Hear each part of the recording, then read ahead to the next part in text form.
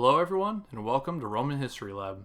Today we'll be covering the Cursus Honorum, or the Course of Honors. The Cursus Honorum was a sequential order of offices that Roman senators would race through in order to run for the most powerful elected office in Rome, that being consul. Holding office would grant them lifelong membership to the Senate, and the whole system was a way of creating a hierarchical structure in the Senate. A Roman man of the patrician class could run for office once they reached the age of 30. If they won, they would become a member of the Senate for life, no matter if they ran for office afterwards. Before the dictatorship of Sulla, there was a 10-year minimum service requirement in the Roman army for men to run for office. This was later scrapped for the 30-year-old age requirement and was later lowered to 25 by Augustus. The first office in the Cursus Honorum was the office of Quaestor. Quaestors were elected by the tribal assembly, in which both classes, plebeians and patricians, could vote. Roman elections are complex and not what I want to focus on in this video, but stay tuned in the future. During the time of Julius Caesar, 20 quaestors would be elected for the usual term of 1 year. Quaestors acted as civil servants and bureaucrats for the Republic, and many of them would be assigned to help provincial governors run the provinces. A few of the quaestors remain in Rome to supervise the treasury in the Temple of Saturn, and to be civil servants to the newly elected consuls. Quaestors did not have authority to command armies, and their influence in Roman politics was very limited, seeing how it was the first step in the Cursus Honorum. The next step on the Cursus Honorum was actually an optional one, but necessary if a senator wanted to make a name for themselves. The office of aedile was competitive to that of quaestor. There were 4 aediles every year, and it was the only office to fill the time in between quaestor and praetor.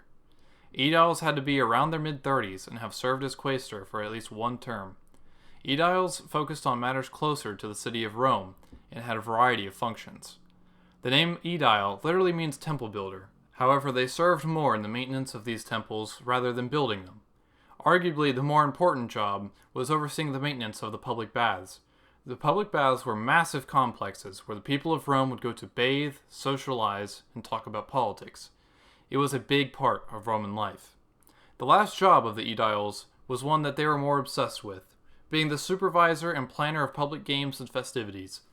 This was the one opportunity that aediles had to make a name for themselves among the Roman population, and there was no doubt that a year of lavish festivities would translate to overwhelming support in future elections. The office of Praetor was the first elected position in Rome where senators could have a serious impact on Roman politics. It was the lowest office in the Cursus Honorum to have imperium, which was the authority to command armies for Rome and provided legal immunity as long as they held the office. Praetors were responsible for overseeing the adjudication of trials which potentially had the power over life and death. Praetors were highly revered as that power had previously been associated with kings. Praetors would also govern provinces after their term of praetor was complete. They would then be known as propraetors, and have imperium for their term as governor. A candidate for praetor would usually be in their late 30s, and 8 men could become praetor for that year.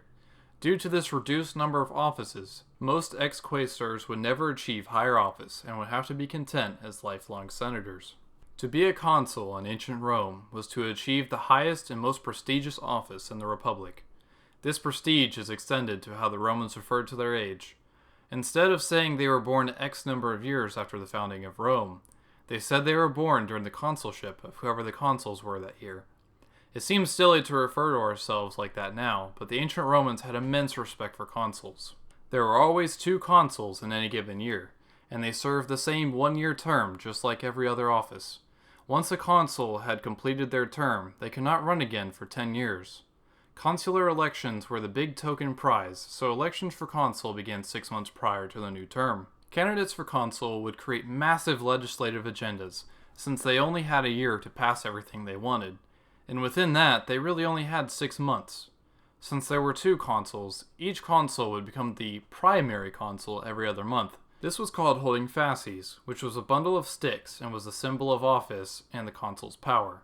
The candidate with the most votes held fasces first, and the runner-up becoming the other consul with the possibility to hold fasces next month. Consuls held an extensive level of power and were undoubtedly the most powerful individuals in Rome.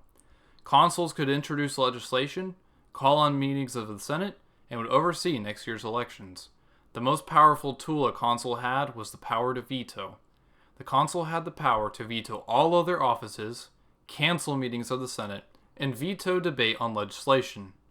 On the other hand, the only person who could veto a sitting consul was the other sitting consul, or a tribune of the plebs. Consuls were also responsible for the defense of the Republic, and were the supreme commanders of the Roman army. They were assigned armies by the Senate, but what to do with them and how to campaign was completely within the jurisdiction of the consul in charge. In the case of two consuls being in the army, they would exchange command every day to maintain balance of command. In the case of emergency, the supreme authority was extended even further by the Senate. The Senatus Consultum Ultimum, or the final act, allowed the consuls absolute authority to do whatever was necessary to defend Rome and the Republic. This act was used several times, one of the most notable occurrences being just before Julius Caesar crossed the Rubicon in 49 BC, which I hope to cover in the future. There were other elected offices in the Roman Republic, such as the censor, but this is a good place to stop in order to give a basic understanding about the Roman style of government. In my upcoming video series, I will be covering the beginning of the Gallic Wars, which is a big aspiration of mine for this channel, and one that will span a multitude of episodes. If you enjoyed this video, please consider leaving a like and subscribing to the channel for more. Until next time, this has been the Roman History Lab.